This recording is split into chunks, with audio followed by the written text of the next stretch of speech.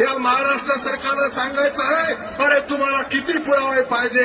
इतर समाजाकडे जेवढे पुरावे नसतील त्यापेक्षा हजारो पण पुरावे हा समाज तुम्हाला द्यायला तयार आहे आणि तुम्ही आम्हाला कसं रोखू शकता लक्षात घ्या.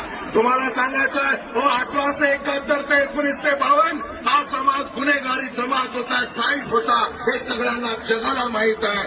आणि या महाराष्ट्रातल्याच नव्हे तर या देशातल्या लोकांना मला सांगायचं आहे की ज्या या महाराष्ट्र सरकारला सांगायचं आहे, अरे तुम्हाला किती पुरावे पाहिजे?